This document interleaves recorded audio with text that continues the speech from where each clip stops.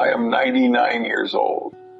I have 8 children and dozens of grandchildren and great-grandchildren. As the vice chairman of Berkshire, I possess several $billion in wealth. Many people are curious about, even envious of, my children. They imagine that being Charlie Munger's child must be the greatest blessing. Generations of money they could never spend, born straight into Rome. People often ask me, Charlie, how much do you plan to leave your children? How big will their trust funds be? My answer usually shocks them. I tell them every day I worry about leaving them too much. Warren Buffett has a famous line. You should leave your children enough money so they feel they can do anything, but not so much that they feel they can do nothing. I agree completely. Throughout my life, I've seen far too many tragedies in wealthy families. Children born with a silver spoon often do not grow into pillars of society. Instead, they become parasites of their families, even burdens to society. They fall into drugs, gambling, endless lawsuits over inheritance. Their lives are consumed by emptiness and anxiety. Why does this happen? Is it because their parents don't love them? No, it's precisely the opposite. It's because their parents love them too much. That love becomes a curse. Many middle-class parents work tirelessly their entire lives to give their children the best. You refuse to let your children suffer even a little. Refuse to let them feel any hardship. You buy them the best homes, arrange the best jobs, even pay off all their credit card bills. You think you're helping them, but in truth, you are castrating them, stripping away their ability to survive independently in a harsh world. It's like raising an eagle. Every day you feed it the finest beef, keep it in a temperature-controlled cage, never letting it face wind or rain. And one day, when you grow old and pass away, you release this eagle back into the mountains. You think it can survive. It won't last 3 days. It has forgotten how to fly, how to hunt. All it knows is to perch on a branch and wait for beef to fall from the sky. This is the state of family education today. We are mass-producing eagles that can no longer fly. Love my children, and precisely because I love them, I must make a cold, difficult decision. There are certain things I will never leave to them. No matter how many resources I have, no matter how much power I possess, I will lock these things away, take them with me to the grave, and never pass them on to the next generation. Because I know that the moment I hand these things to them, I am not giving them a blessing. I am poisoning them. These 3 things may look like gifts, but in truth they are sugar-coated arsenic. They corrode a child's soul, destroy a child's will, and ultimately turn them into useless adults. Today, I want to list these 3 forbidden items. If you truly love your children, take a moment right now to examine whether you are feeding them any of these things, little by little. The first thing I will never leave to my children is a fortune that exceeds their ability to manage it. What I call easy money, wealth gained without effort. In the eyes of many parents, the more money they leave their children, the deeper their love. They want to pack their entire life savings, plus a few houses, into a box and hand it all to their kids. They hope their children will never have to work, never have to endure pressure, and simply enjoy life. But let me tell you, this is the fastest way to destroy a young person. I call this kind of money economic morphine. When you give a large sum to a child whose mind is not yet mature and whose values are not yet formed, you are severing their connection to the real world. In this world, the normal logic is simple. You put in effort, solve problems, create value, and then receive financial reward. This is not just an economic process. It is a psychological construction process. When you earn your first money through your own effort, you gain a sense of achievement, you build confidence, and you learn to cherish what you have. This process stimulates your mind, making you stronger and wiser. But if you simply stuff money into a child's hands, you deprive them not only of the right to struggle, but also of the joy of winning. Think about it. If someone owns a Ferrari at 18, what will excite them at 30? If they never have to fight for their livelihood, where will they find meaning in life? I've seen too many trust fund babies. Their lives resemble one long, boring party. Because they don't need to work, they lose their center of gravity. Because they have too much, they lose the ability to desire anything. And to fill the emptiness inside, they often slide into drugs, gambling, and chaotic private lives. Money is like water. The right amount nourishes everything. A flood destroys everything. My principle for my children is simple. Money must match ability. If my child is upright, hardworking, and capable of managing wealth, I will give some support as a booster for their career.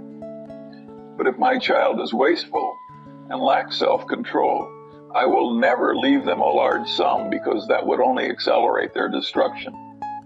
Giving them the means to buy more expensive drugs and get into bigger trouble. It sounds harsh, but that is what responsibility looks like. For middle-class parents, even if you don't have billions, the logic is the same. Many parents scrimp and save for themselves, but buy their children designer shoes, give them nice cars in college, or even buy them a house the moment they graduate. You think you're helping them start strong, but in reality, you're breaking their legs. When a young person becomes accustomed to asking for money, accustomed to parents solving everything, they lose their hunger. And without hunger, there is no drive to hunt. When I was young, I too faced financial pressure. I had many children to raise, and I had to pay enormous legal fees. But it was precisely that pressure, the need to earn money to support my family, that forced me to think, to refine myself, to search for investment opportunities. If my father had simply handed me a few million back then, I might have become just another mediocre rich kid, not the Charlie Munger you know today. So if you truly love your children, restrain your impulse to give them money. Don't let your wealth become the ceiling of their lives. Let them experience the embarrassment of being short on cash, the difficulty of earning money, the satisfaction of saving it. Only when the money they earn themselves can support them with something left over can they be considered truly grown. Until then, your money is best kept in your own pocket. This is the first curse. It corrodes a child's ability to survive. The second thing I will never leave to my children is the sense of entitlement, the belief that they are special, that rules do not apply to them. Many wealthy parents, and even many middle-class parents, make this mistake. They use their connections to get their children into the best schools. They use their resources to secure jobs for them. They even use their power to clean up the messes their children create. They tell their kids, "Don't worry, Dad is here. Dad can fix everything." They think this is love, that this is protection. But I'm telling you, this is feeding your child poison. And the name of that poison is arrogance. When you make a child feel that they can receive special treatment without effort, that they can succeed without following the rules, you are destroying the very foundation of their self-respect. Real self-respect comes from "I can do it." Fake self-respect comes from "my dad can do it." I've met many so-called second-generation elites. They are elegant, articulate, well-dressed. But peel away the polished exterior, and you often find a fragile, self-centered soul. They are what people call refined egoists, convinced the world revolves around them. If they want something, they must have it. If they don't get it, then the world is wrong. Such people may perform well in good times, but the moment they face adversity, the moment they lose their parents' protection, they collapse instantly. They have never learned how to face rejection, how to face failure. Throughout my life, the quality I value most is reliability. What does it mean to be reliable? It means you take responsibility. You keep your promises. You earn respect through your own effort. And entitlement is the mortal enemy of reliability. If a child becomes accustomed to using the back door, they will never want to use the front door. If they get used to elevators, they will never want to climb stairs. At Berkshire, Warren and I have an unwritten rule. Our children cannot enjoy any privilege in the company just because their last name is Buffett or Munger. If they want to join the company, they must submit a resume like everyone else, interview like everyone else, and start from the bottom like everyone else. If they perform poorly, they will be fired like everyone else. Even in daily life, I deliberately avoid making my children feel special. If we're not in a rush, we fly economy. If a restaurant is crowded, we wait in line. I want them to understand a simple truth. If you want something, the safest and most reliable way to get it is to make yourself worthy of it. This simple sentence is the most important spiritual inheritance I leave to my children. Anything obtained through privilege never truly feels like yours. It leaves you empty, even anxious, because deep down you know you're an imposter. Only what you earn through your own effort belongs to you, and that brings deep security and genuine pride.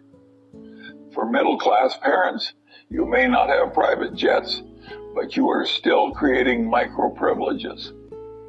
When your child misbehaves at school, do you blame the teacher instead of teaching your child to take responsibility? When your child wants an expensive toy, do you buy it even if you have to borrow money, just to avoid letting them feel wronged? When your child gets into conflict, you automatically take their side and fight their battles for them. These seemingly small actions send a dangerous message. Rules can be bent. Responsibility can be avoided.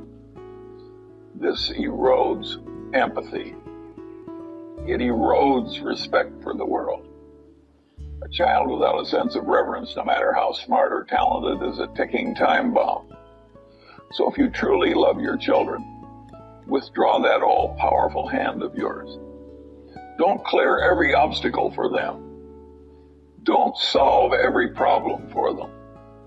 Don't give them the privilege of cutting the line in this world. Let them wait. Let them be rejected. Let them stumble. Let them understand they are ordinary people who must follow rules, respect others, and earn everything with their own hands.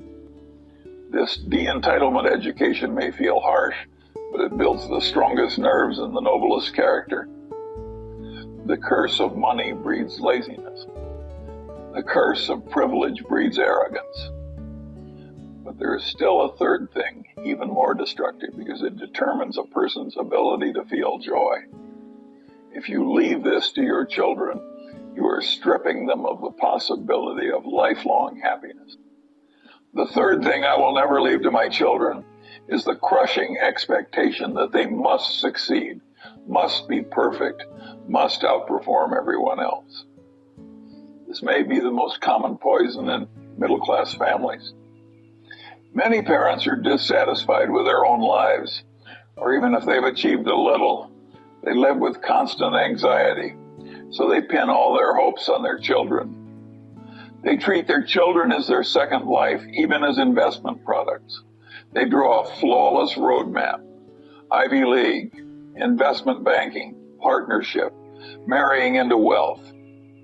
No missteps allowed. Every step must be ahead of others. If the child achieves it, the parents show off everywhere as if it were their own medal. If the child doesn't, they feel disappointed, even angry, believing the child has betrayed their sacrifices. Let me tell you, this is not love. This is emotional blackmail. It is conditional love. The hidden message is, I love you only if you are exceptional. If you are ordinary, you are a burden. This expectation inflicts devastating damage. It robs children of their ability to feel joy. I've seen too many young people like this. They hold straight A report cards and impressive resumes, yet there is no light in their eyes. They live in constant fear, as if walking a tightrope. They don't dare try new things because they fear failure. They don't pursue their interests because those don't make money. They don't even dare rest because they fear falling behind their peers. They spend their entire lives living for other people's approval for that external scoreboard. By the time they reach 40, the suppressed self often erupts violently. Depression, self-destructive indulgence, or complete burnout. I have 8 children, each with entirely different personalities, talents, and interests. Some are good at making money and became investors. Some have no interest in money and love academia. Some are simply ordinary homemakers. My love for them is exactly the same. I never demanded that they become the next Charlie Munger. That would be absurd. I only have 3 requirements: honesty, diligence, and reliability.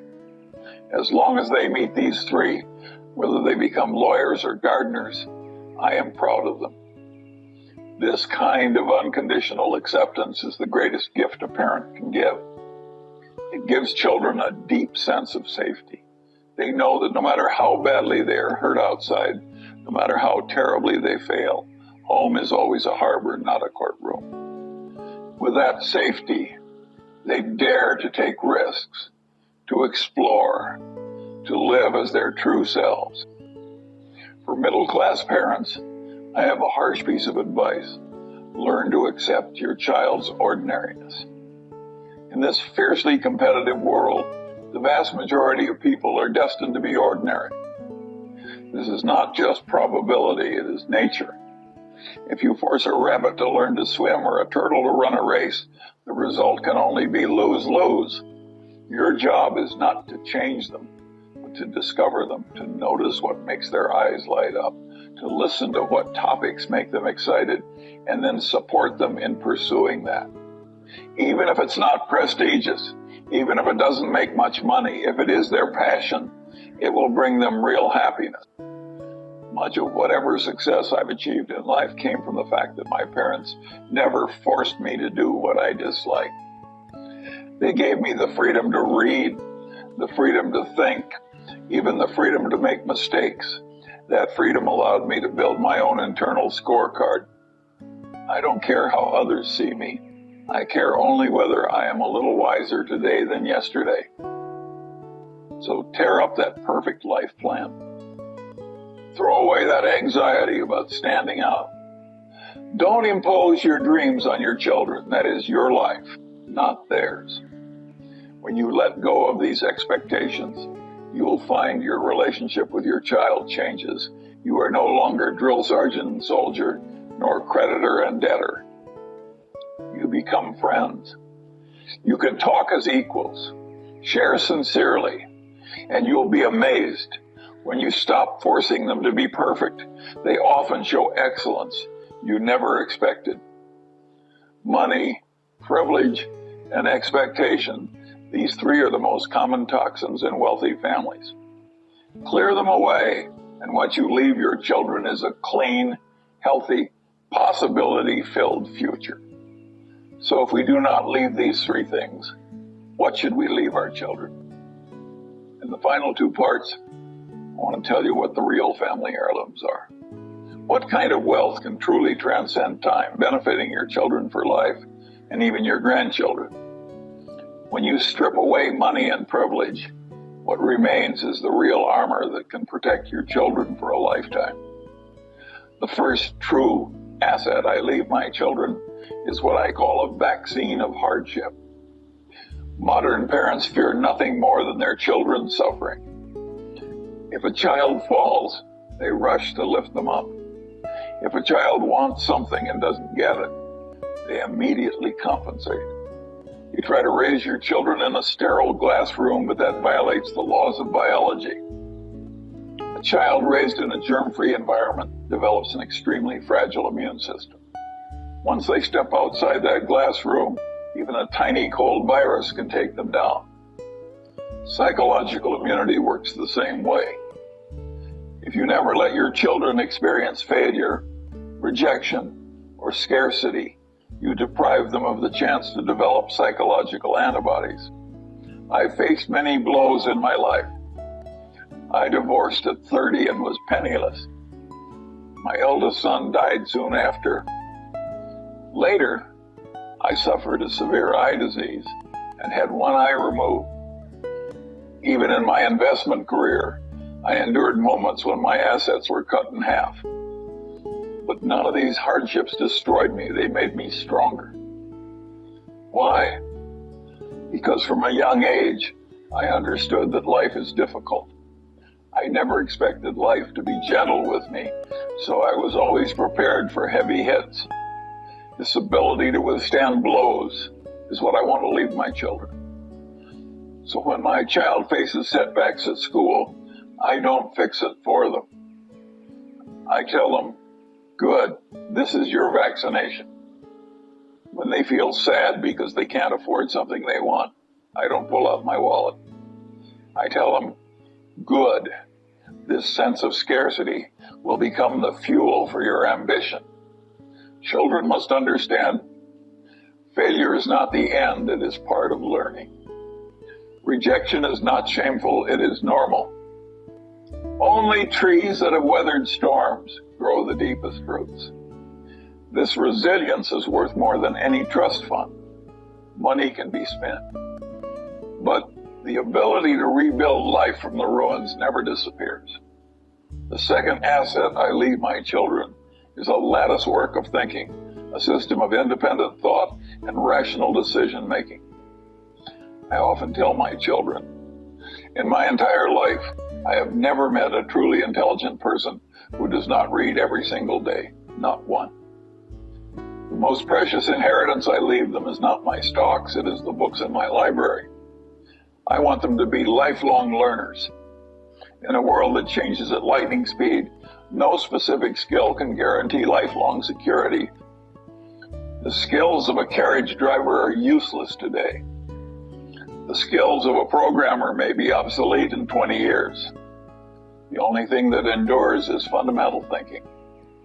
Teach your children how to use mathematics to calculate probability, how to use psychology to understand human nature, how to use history to anticipate the future. This is what I call a multidisciplinary mental model. While other parents force their kids to memorize vocabulary and drill test questions, I discuss at the dinner table, why did this company go bankrupt? Was it greed or stupidity? Why did that person get scammed? Was it ignorance or the desire for shortcuts? Every news story, every business case becomes a lesson in thinking. What I teach them is not what I know, but how I find answers. Give a man a fish, and you feed him for a day. Teach him to fish, you feed him for a lifetime. People repeat this cliche endlessly, but very few actually practice it for middle-class families. This is your greatest advantage. You may not have hundreds of millions, but you have education, perspective, and knowledge. Pass these to your children. Teach them the power of compounding. Teach them delayed gratification. Teach them the strength of honesty and the value of a moral moat. Teach them simple wisdom so they can stay clear-headed in a complex world. This wisdom is invisible. You cannot touch it or measure it. But when your child faces career choices at 30, a midlife crisis at 40, or the temptations of wealth at 50, this wisdom will guide them like a lighthouse. Even if you leave them not a single dollar, as long as they possess this powerful thinking system, they will live well, perhaps even better than you. The vaccine of hardship gives them the courage to survive. The lattice work of thinking gives them the ceiling for growth. These are the heirlooms in my eyes. They require no inheritance tax, no lawyers, no notarization. They will never cause siblings to turn against each other. And with time, they only grow more valuable. Now that we've talked about what not to leave behind and what should be passed on, I want to end with a conversation about the ultimate meaning of being a parent. When the day comes for us to leave this world, what kind of silhouette do we hope to leave behind for our children? We've discussed many forms of giving and withholding. Don't leave them vast wealth. Don't leave them entitlement.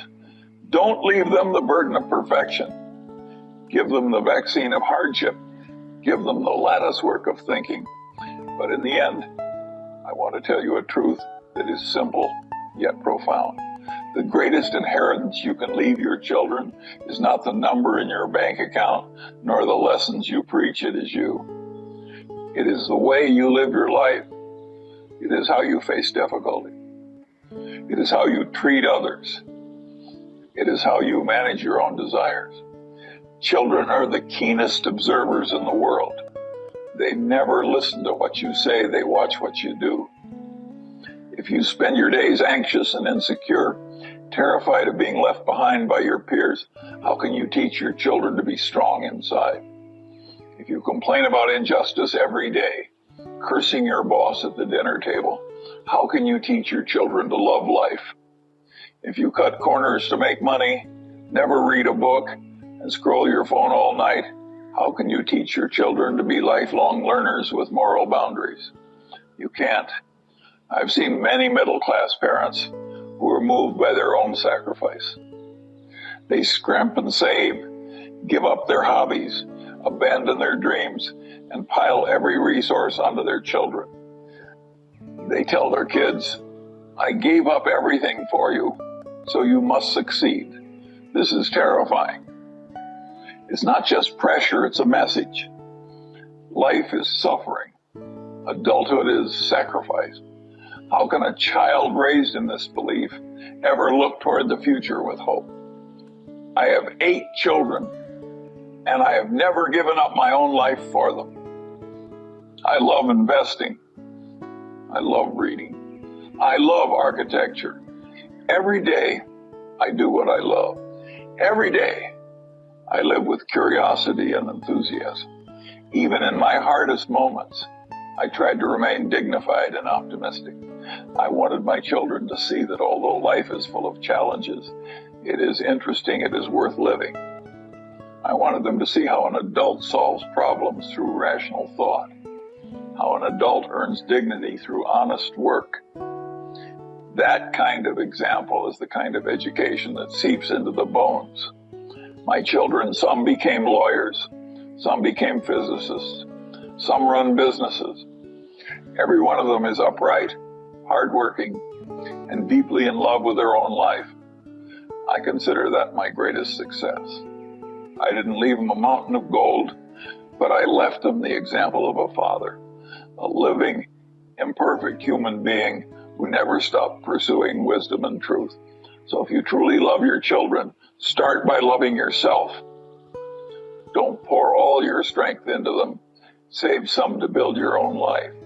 Read, exercise, make high-quality friends. Pursue the dreams you abandoned when you were young. When you become a beam of light, your children will naturally follow it. When you become a mountain, your children will naturally strive to climb it. Stop trying to pave every road for your children. The road belongs to them. Let them walk it themselves. Your job is to stand tall enough, see far enough, so that when they are lost in the forest, they only need to look up and see you still standing there, steady, calm, and full of wisdom. In that moment, they will know which direction to go. That is the true meaning of legacy. I don't want you to leave your children a fortune. and raise a generation of dependents, I want you to leave them a silhouette that decades later still feels warm, still feels powerful when they remember it. Be a good example. It is the only inheritance that never depreciates.